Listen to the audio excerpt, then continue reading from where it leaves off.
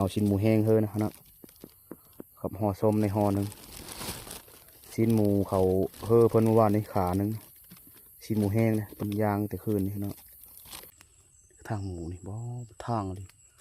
ตัวเฮ็ดหญ้าเฮ็ดในเล่าพี่นะพวกป้องมึงห้อยมันนี่ห้อยเก่ามันแถวนี้นะพวกเป็นป้องเขาพูดเลยห้อยหมู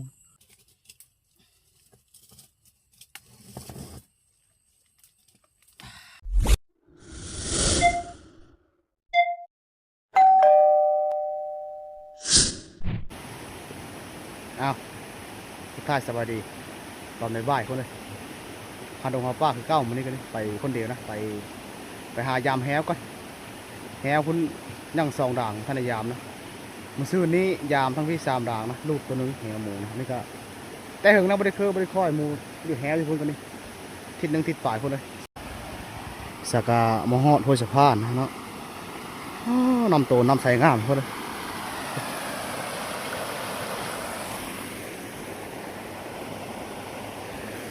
เดินทางคนเลยวันนี้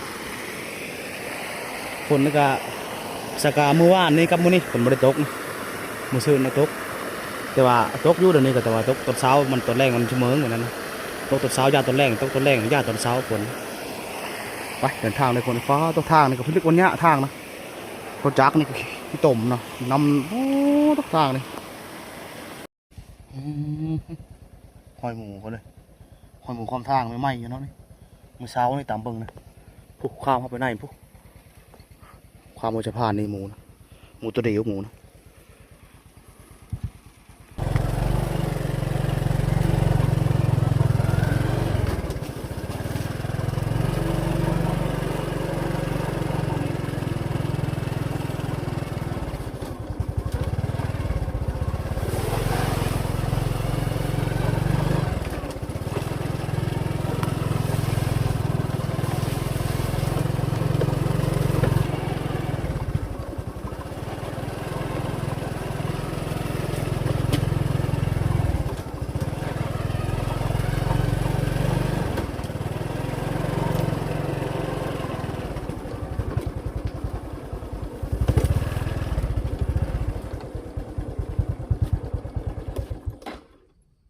พยายามให้หมูก่อนนี่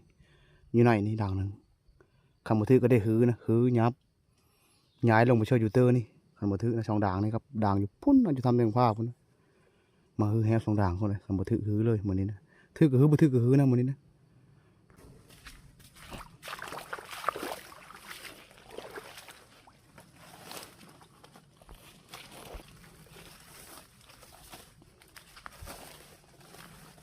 หมูอยู่นี่นะมันมาเท่านึงมันมาแต่มันลิแฮแต่ว่ามาคือกันเลยแต่ห้างแฮเสือนี่นะ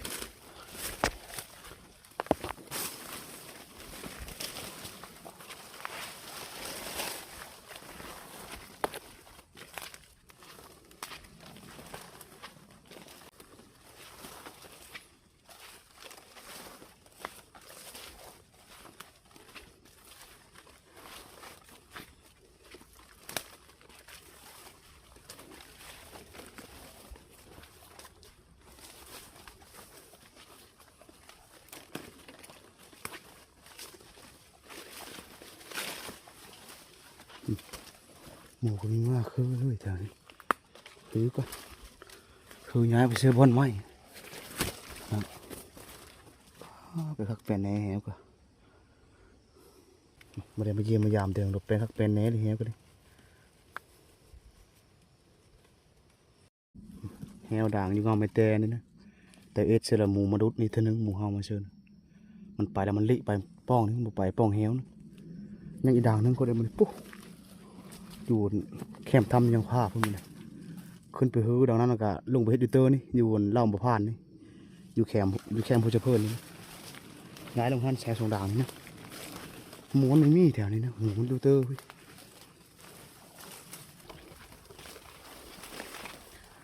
วันนี้ก็ท้องฟ้าก็คือแจ่มใสนิดนึงวันนี้นะแดดออกเลยสวยๆนี่นะมื้อเช้านี่คือมื้อเช้านี่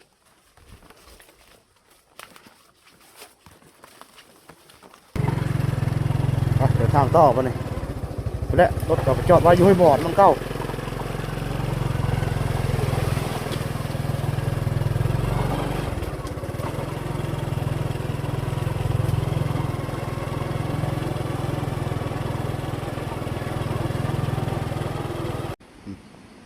อนนี้สกามาฮอดหอยบ่อนะบ่อนเขาเคยนอนบ่ตัวน้ำใสงามเลยเนาะซัมแวนน้ำเนาะปุ๊บบ่ตัวน้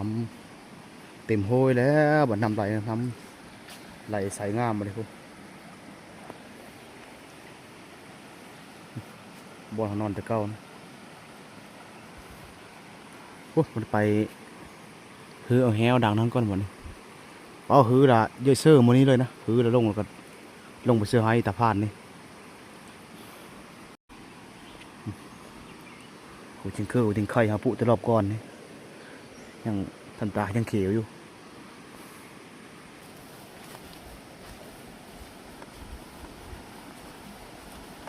เสียงน้ำต้นทึ่นเสียงน้ำ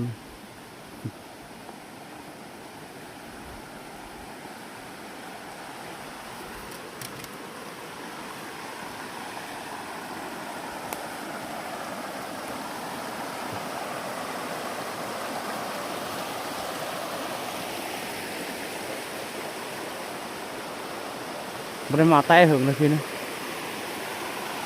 น้ำใสงามมาเลย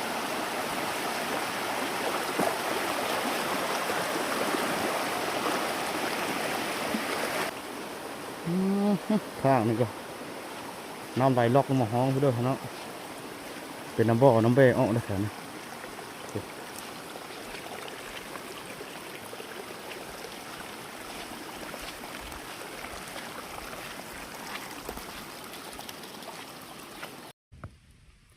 พอประทันสุดความคนฝนตกมาเลยนะพลับมาแล้วฝนกันนี่ใช่ได้คืบใช่ไหมมันคืบแล้วมันฝนตกแล้วเดี๋ยวนี้ตกง่ายปะนะฝนนะมันจะแดดกระแดดมือเดียวนี่3-4ฤดูมือเดียวนี่นะในตกในแดดจนในลม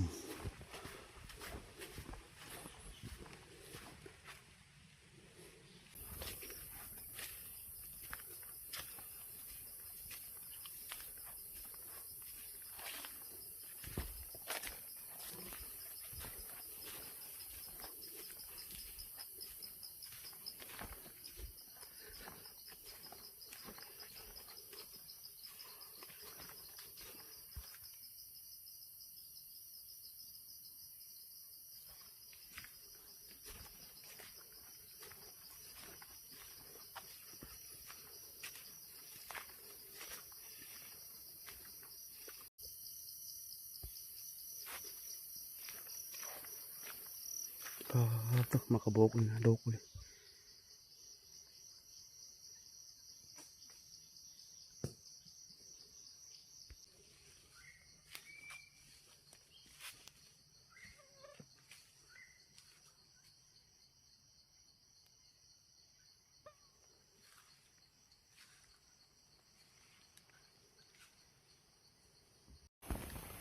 เจาะมันนกกระแสคนนี้ก็เห็นกระเหาะกระแตกันได้เพราะมีแต่กระเล่นนะฝนไม้แล้วพวกแห้งมันโอ้ตกมาอีกแล้วโอ้ฝนตกอีกแล้วมันจะได้เหาะแหวด่างนี่กับตัวหน้าพวกมาซนนี่ก่อนเลย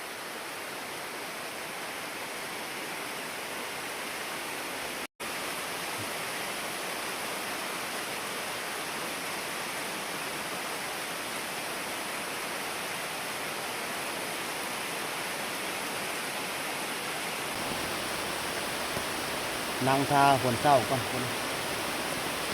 แห้งเลยคนกัน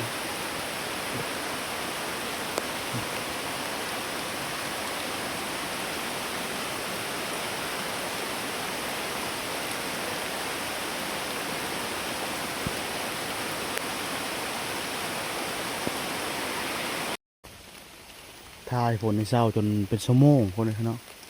นี่ก็ยังคัดลงอยู่ฝนเขาเนาะเป็นชั่วโมงยังเช่าทุกฝน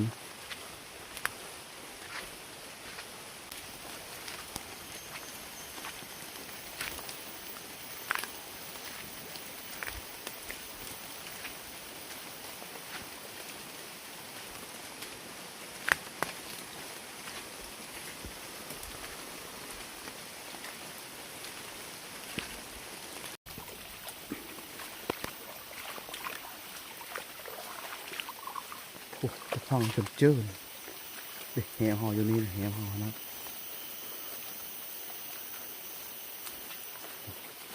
มันมาสีอยู่นี่มาสีเลยหมูคุณฟังเธอจนเจิ้นลงเด็กแหวคนยังเห็นขาวๆหน่อยนึงนะมีขุมแหวอยู่นี่ป๊อตุ๊ดินเตะมาเลยดินถมมาเลยแหวกันนี่ขุมแหวดินถมมันดินเจิ้นแต่ฟังไอ้ถมมันเลยแหว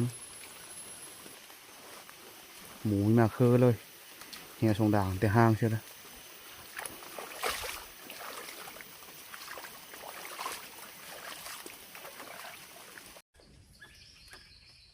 ข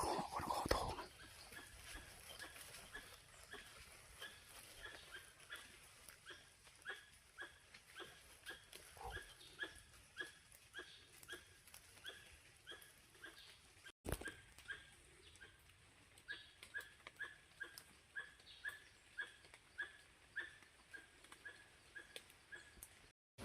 ยิงกระเหาะคนเลยพวกอยู่ป่ายไม้โมงพวก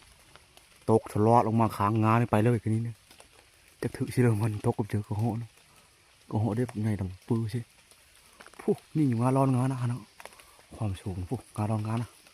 พวกตกเชือกไม้ลำต่ำเลยนะไปพุ่นเลยตกลงมาแล้วครับโอ้ยกับฝนตกนี่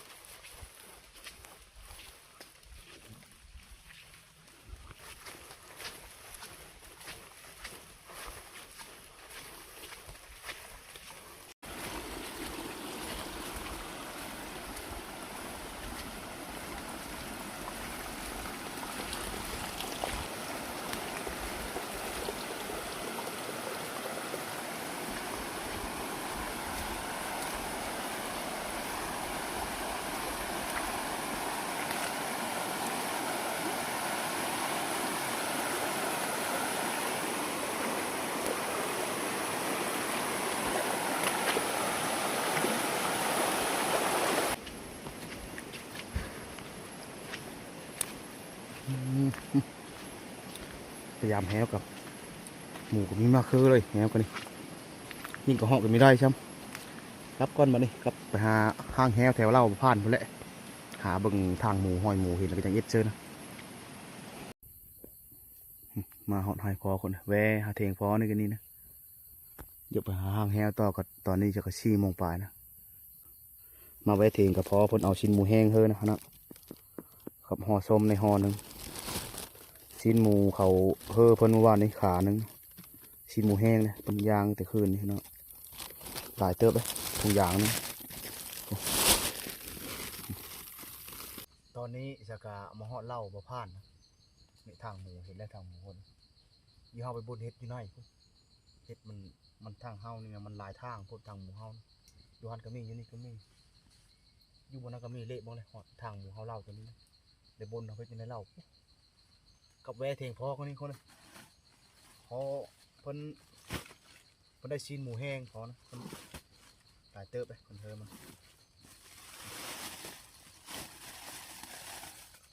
ชิ้นหมูแห้งทั้งห่อส้มน้ำห่อนึงคนเธอ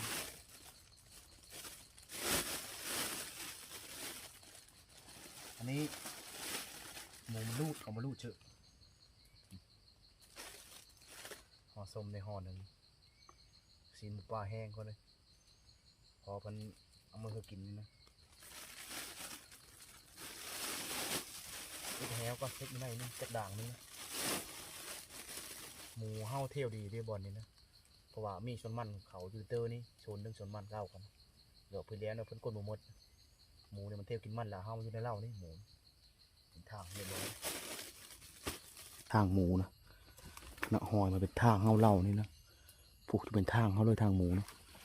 หอยมันฝนลึกเลยเนาะมองแมงเนาะหอยหมูเนาะจับอยู่ในทางนึงนี่อยู่ตรงหน้ามีอีทางนึงมันเฮาเล่าเนี่ยมันความทางมันเฮาเล่านี่ตรงหน้านี่คือว่าอยู่ที่ทางนี่นะนี่ก็ทางหมูนี่นี่มันเฮานี่เนาะเป็นทางเตือนเลยทางหมูนะนี่มันไปป้องนี่มันไปนะนี่มันความไม้ตัวนี้นะผู้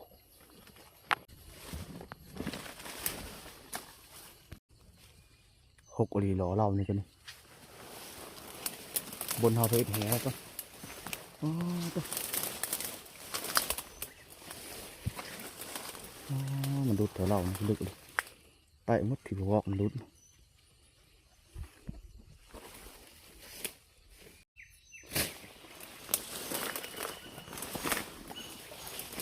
หกหรือแถวนี้บนไอ้ไปไหนพวก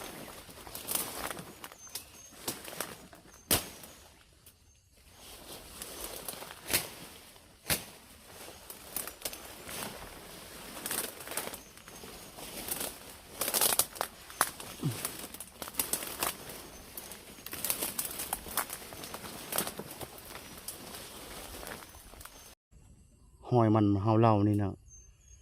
บ่มีหอยหมูทอดหมูโทนมีแต่หมูหมูนะเฮานี่นะช่อง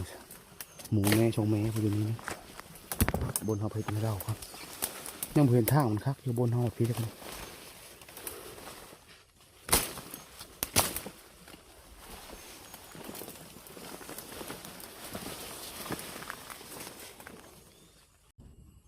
ณทางหมูนะ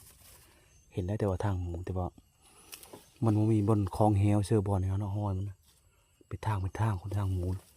นี่ทางนี้นี่แต่ว่ามันบ่มีบนคลองไม้เสือแฮวคนนี้ผูกเป็นป้องครับพุ่นเลยทางหมูนะทางหมูนะคนเลยเนาะทางหมูนี่บ่ทางเลยแต่ว่าเฮ็ดหญ้าเฮ็ดในเล่าพี่นะเขาบนมาเขาเครื่องเล่าเดี๋ยวนี้นะมันบ่มีไม้คลองแฮวเสือมันบ่มีไม้มีแต่ไม้ลำน้อยๆแถวนี้ลำนี้นะ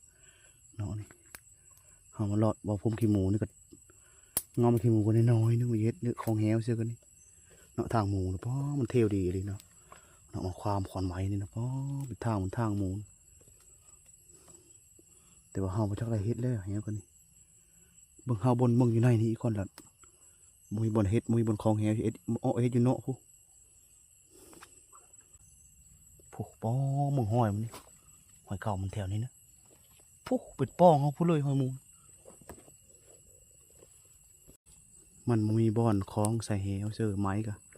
เด็กไม้มันนี่ก็ไม้ลำน้อยๆแถวนี้นะฮะไม้เดือป้องไม้อันนี้ไม้นมยันน้อยสำนี้นะยังมันไม่อยู่ย้อนสำนี้ว่าถือกันนี่บนเฮาหมูนี้ก่อนเฮาเบิ่งหมูนี้ก่อนนะมันสิคือบ่เฮาไม้แถวนี้นะแล้วเฮ็ดเสือพี่แต่พี่ก็ทางหมูนี่ก็มีทางมันนะทางเป็นทางแถวนี้นะว่าจะเฮ็ดบ่อนนี่คนเลยเนาะไอ้กลุ่มแฮวอยู่หั่นนะทางหมูอยู่บ่อนนี่นะสองทางนะนี่นี่ทางนี้นี่มันไปนี่กับทางนี่นี่ทางนี้มันไปแต่บนตัวกว้างนี่แต่ว่ามันมาคนนี้มันจอดเดอยู่นี่แหละมันมีทางเดอยู่บ่อนนี่มันแคบเลยเฮียเขาก็คล้องจะตำไม้น้อยนี่แหละนี่คล้องจะตำไม้เดือป้องไม้อันนี้แหละนี่คือหน้าชิวอยู่ดอกมันถือกันเนาะใหญ่เติบเฮ็ดอยู่หั่นนะแคบเลยบนเฮ็ดกันนี่เฮ็ดกลางเล่าเนี่ยอะไรคนไอ้แถวบอลนี่นะเนาะขุดคุมแล้วเลยขุดคุมนะในทางหมูนะแบบนี้นะเนาะนี่ก็ทางนึงนะนี่ก็ทางนึงทางนี้นะมันมาครบเดี๋ยวอยู่บนนี่ทางหมูนะนี่ก็นี่ก็ทางนึงมันไปกันนี่นี่ก็ทางนึงอีกทางนี้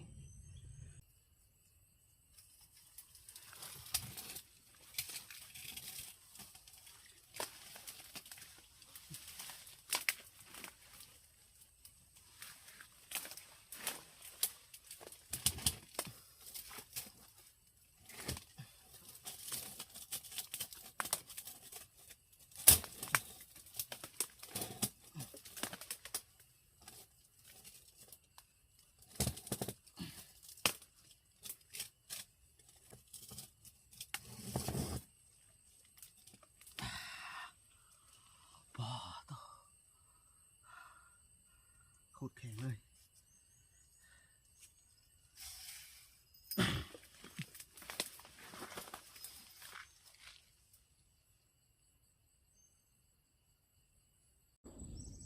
แล้วคนถือว่าเรียบร้อยนะคุณแม่เขา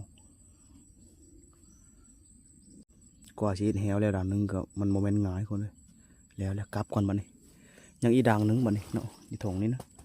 เป็นมื้อหน้าพุ่นแล้วตอนนี้5 โมงปลายแล้วอีแหวแล้วด่างนี้กันนี่ผู้เขาบนตะไลเล่าพุ่นมาผู้ทางอะไรทุกปุ๊เนาะไม้ขี้มิมตัวนี้เลยเขาบนมากลางเครื่องเล่ารถเฮ็ดแหวด่างนี้นะ บนมาแทนนี่คักอยู่ทางมันแต่ว่ามันบ่มีไม้ของใส่แหวคือไม้สุ่มตัวนี้มันใหญ่ๆแน่นี่นี่ก็เฮาของสองลำนี่ลำนั้นกับลำนะเฮาของเอาพวกแปลนหมดแถวนี้นะเอ็ดแฮแล้วกันนี่โอ้สีก็เหาะโถงแคมเหล้านั่นนะอ๋อปอกคนของเหาะนะมันโถงงูกับโบจักอยู่เลยเหล้านี่นะสีก็เหาะนะอยู่กบกนะเนาะมันกินมากระบกนะโอ้มืดฝนคือใหม่แล้วคนนะเนาะ